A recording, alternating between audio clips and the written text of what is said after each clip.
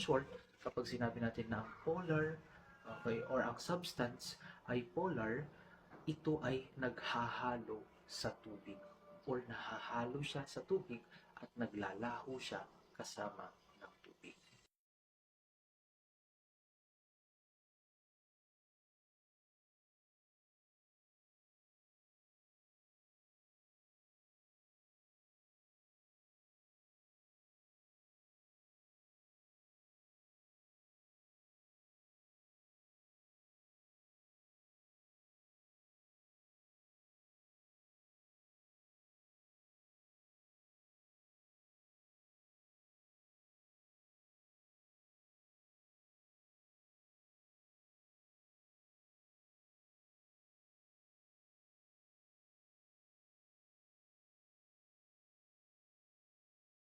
Ito po kanina yung gas chromatography na ginawa po natin.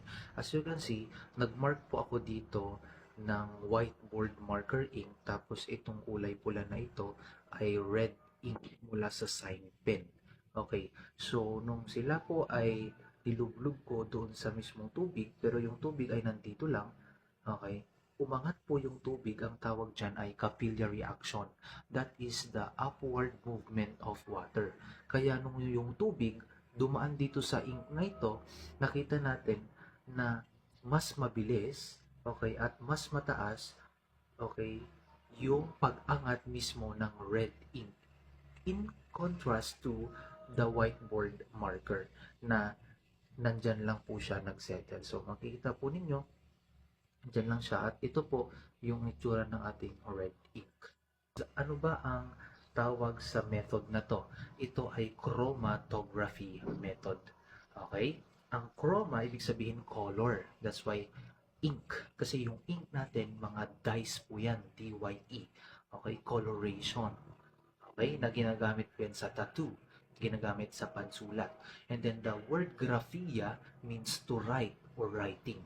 If you combine that together, chromatography is the writing of color or to write a color. And the concept or the principle behind the chromatography is separation. Kaya makikita ninyo, okay, yan, siniseparate niya. Ano, yung mga mixture substances. Okay? Sa pamamagitan niya ng mobile phase at stationary phase. So, itong tissue paper na to, okay, this acts as a stationary phase. Tapos yung tubig kung saan ko binabad, that is the mobile phase. Bakit? Kasi gumagalaw siya.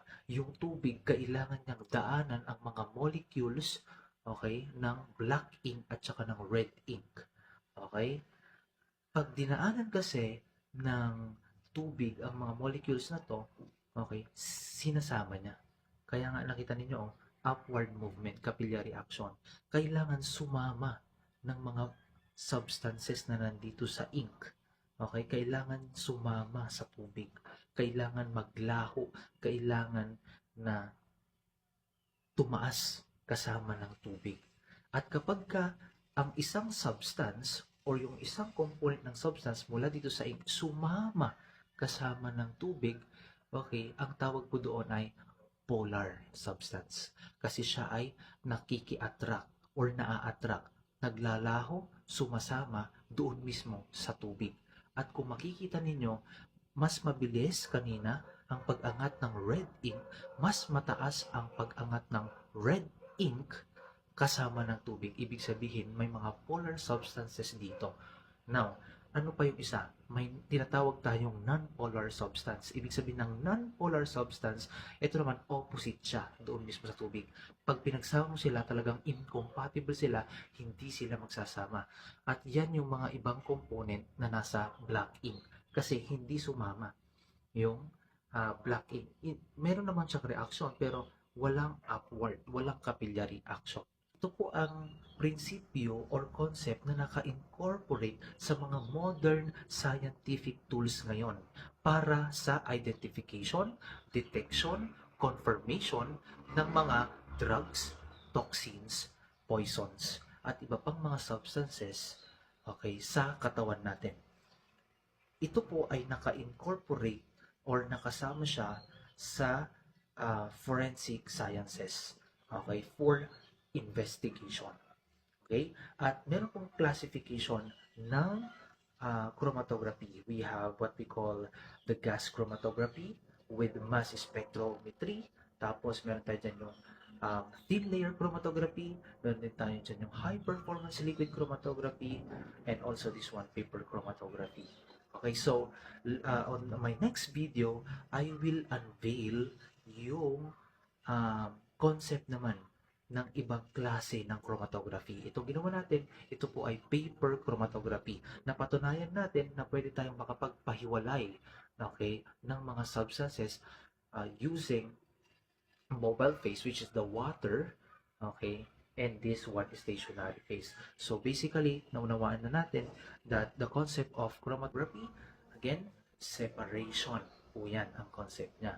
At ano ang nadidetect natin dito? Okay, yung polar at saka non-polar substances. Pag sinabi natin polar substances, think of a polar bear. Mahilig po siya sa tubig. Kaya ibig sabihin, ang substance ay polar, sumasama siya, naa-attract siya, naglalaho siya doon mismo sa tubig. Nadadala siya sa pamamagitan ng tubig. Pag non-polar naman, wala. Hindi mo yan mapapasama sa tubig. Kaya ang substance, pag hinalo mo sa tubig, okay, or sumama sa tubig, sasama din po yan. Okay? Sasama din po yan pataas. Ang tawag sa movement ng tubig pataas ay capillary action. Okay po? Kung ano man totoo, isip man ay litong-lito. Bigay ko ang buwan. Bibigay ko ang mundo sa kanya, pare. Pero to, pare, ginawa niya ako. Winakasak niya ako, pare. Kahit nasasaktan yung damdamin ko, pare. Mabubuo ako, pare. Hahabulin ko yan, pare. Dito lang yan, pare.